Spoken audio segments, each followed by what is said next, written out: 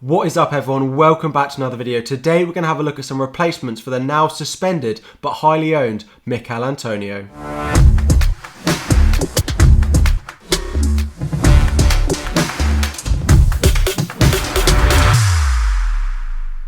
What is up everyone, welcome back to another video. Sunday evening, happy Sunday everyone. I hope you had a lovely weekend. Game week 4 is just drawing to the close, but one of the biggest talking points so far for this game week is that Mikel Antonio picked up 2 yellow cards and got sent off in game week 4. So he's now suspended for game week 5. Now a lot of us are discussing, should we keep him, should we sell him, and I'm going to go through all of that in this video, as well as some of the replacements that you guys could be thinking of if you do want to get rid of Mikel Antonio. So let's dive straight into them and not wait any further. So the first one we're going to talk about, of course, is not selling Antonio, and actually there's a lot of good reasons that you might potentially want to keep Antonio. So just because he's suspended, there is a lot of reason to maybe putting him on your bench this week, playing a 4.5 defender. A lot of those cheap defenders that we have good fixtures this week, like Ben White, like Luke Ayling, that we could play this week for their good fixture, and then Antonio can sit on our bench and come back into our teams for next week. So Antonio's fixtures after game week 5, we've got them in the bottom left there. Leeds away, Brentford at home, Everton away, Tottenham and Aston Villa.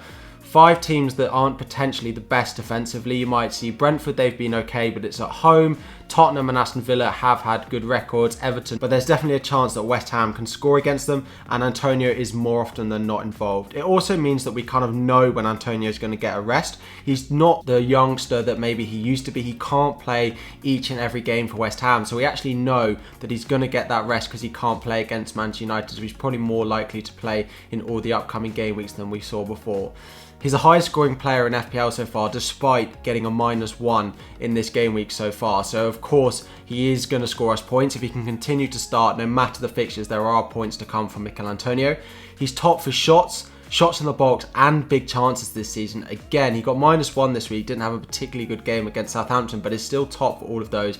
And it's just 7.9 million, although he's being priced at much less than a lot of those other premium options and scoring at a very similar level to them. On top of the goal scoring ability, he has those assists as well. So he's joint top for big chances created amongst forwards, and he's returned 9.7 points per start. Again, this is including scoring a -1 in game week 4. So before that, his average was even higher. Now, I'm not saying he's going to keep that up, but it is definitely worth considering keeping Antonio, putting him on your bench this week, and then playing him for that upcoming run of fixtures, because of course we know he can score goals, we know he can get assists. But with that being said, let's have a look at some of the top options for what I think you should do if you do think that you want to sell Antonio, you don't have a strong enough bench, you're going to wildcard in a few weeks and you can buy him back. So if you do decide to replace him, here are some of the top options that I think you could go with. The first one we're going to talk about is Leeds Patrick Bamford. So I'm recording this just before the Leeds-Liverpool game, so there is of course a chance that some of this might change a little bit, but I still think he's a good option no matter how that match goes, unless he goes and gets sent off. He's got 7.9 million now, so he has had a slight price drop down to that from 8 million that he started the season at. He's only returned 4.67 points per start. They've had a difficult start to the season from a fixture point of view, Leeds. We got Liverpool today, they played Manchester United. They've also had difficult fixtures like away at Burnley, for example. However, from game week 5 to game week 10, they have the best attacking fixtures over the next. So this is using a fixture difficulty ranking, looking at just it from an attacking point of view, and they rank first for the best fixtures for this run. So Newcastle away, West Ham at home, Watford at home, Southampton, Wolves and Norwich all in the next 6. And if Bamford and Leeds can get back to the goal scoring ways that they had for the majority of last season, I think Bamford could be one of the, if not the best replacement that you could get for Antonio for this run of fixtures. You can just see now he's on penalties as well. Klitsch isn't always starting for them. He's going to be on penalties. He's that main goal threat for them. A lot of what they do is focused on getting Bamford goals, and with that run of fixtures, I think there's a really nice opportunity that Bamford is quite low owned at the moment. He's had a price drop, and he could be a really nice differential if you do decide to jump off of Mikel Antonio. The next one that we've got is Gabriel Jesus of Manchester City. So he's had a price rise up to 8.6 million. He's played very well. He's not actually playing at striker, which is what he's positioned as in FPL. He's playing as a right winger, which would probably make him a midfielder, but I don't think it's anything that should put you off. So he's got Southampton at home, followed by 2 maybe more difficult fixtures in Chelsea away and Liverpool away, but then very nice run of fixtures from game week 8 as well, with Burnley, Brighton and Crystal Palace. He's played very well. He's actually played much better playing on that right hand side than we've really ever seen from him playing through the middle for Manchester City. He's returned 8.3 points per start, which is a great return even for an 8.6 million forward. Over the next 6 games, so although their fixtures potentially aren't as great as we saw for the likes of Leeds, they're predicted to score the most goals over the next 6 games out of any team in the league.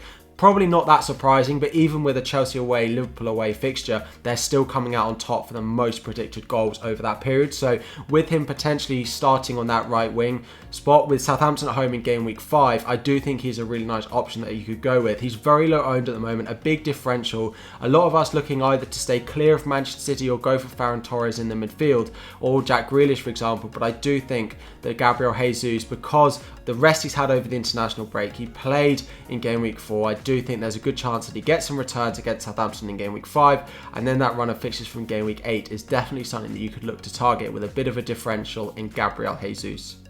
Next on the list, we have Raul Jimenez of Wolves. Now, Jimenez has actually had no returns, but was so unfortunate not to get anything in game week 4 against Watford. He could have had a goal, could have had an assist as well. So don't let that put you off just because he's had no returns. He is that focal point of that Wolves team. He is likely to be on penalties for them as well, and they now have a really nice run of fixtures after what has potentially been a slightly more difficult start to the season than they would have hoped for. Wolves are also creating a lot of chances, so although they didn't score that many goals in the first few weeks, there is a lot for us to look at and think, okay, there are goals to come. They are second for shots and 5th for expected goals, despite sitting a lot lower down for actual goals scored, and they sit second just behind Leeds for the best run of fixtures from an attacking point of view for over the next 6 game weeks. So if they do continue to score goals, if they do continue to create as many chances as they have, Jimenez at 7.5 for the next 3 game weeks in particular, but all the way up to game week 10 as well, could be a really nice option to go with if you are looking to sell Antonio. It does save you a little bit of money as well. There are a lot of us looking at potentially going for Adama Traore in midfield, Semedo or Marçal in defence, but Jimenez is definitely the one that will come out at the end of the season as being Wolves' top goal scorer on penalties, as I said, and with that run of fixtures could be a really nice differential option. And the final one we've got here is Dominic Calvert-Lewin of Everton, and probably one of the most popular picks that I think people will go with if they are looking to sell. So 7.67 points per start. He's played a great start to the season. Everton's new style seems to really benefit him, so they are putting slightly more emphasis on the wingers. They're crossing the ball in, they're putting a few more aerial balls into the box, but also those drilled balls along the floor that we've seen Calvert-Lewin tap in so many times. He's also on penalties as well, which is a big change. We haven't seen him being taking penalties in previous seasons, but adding that on makes him a little bit more of that appeal. He has that extra route to points if someone gets fouled in the box. Calvert-Lewin will now be stepping up and taking it. Now, this has seen him see a price increase up to 8.2 million, but just because you've missed that 0.2, it's definitely not something that I think should be putting you off. He's top for expected goals per start so far this season. So he's got 0.9 expected goals per start, which is a crazy return. Now, this is partly driven by the fact that he's on penalties, but if they can continue that run and continue this sort of emphasis on Calvert-Lewin scoring goals over the upcoming nice run of fixtures that Everton do have, he's a really nice option for sure. So Aston Villa away, Norwich at home for the next 2 are definitely worth targeting. So Aston Villa have been far from great defensively. We saw them being good last season, but they haven't quite found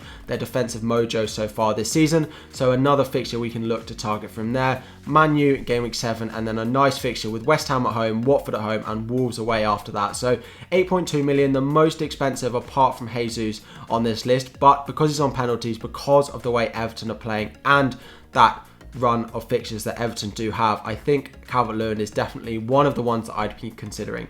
If I had to pick which of these options I'd go with, I'd either contemplate keeping Antonio. I have him in my team at the moment, and I'd either go for keeping Antonio, or I'd probably go for Patrick Bamford just because of how nice that run of fixtures are. But they're all good options. They all have pros as well as maybe a few cons as well, but all worth considering. These are just a few of my thoughts for Mikel Antonio. If any of you have got him in your team at the moment, whether you're thinking of selling, holding them. If you have enjoyed the video, please do like and subscribe. This is a little additional video for you all. There will be the usual resumption of team selection, team thoughts, everything like that throughout the week. So do like and subscribe with notifications if you have enjoyed, and I will see you all very soon.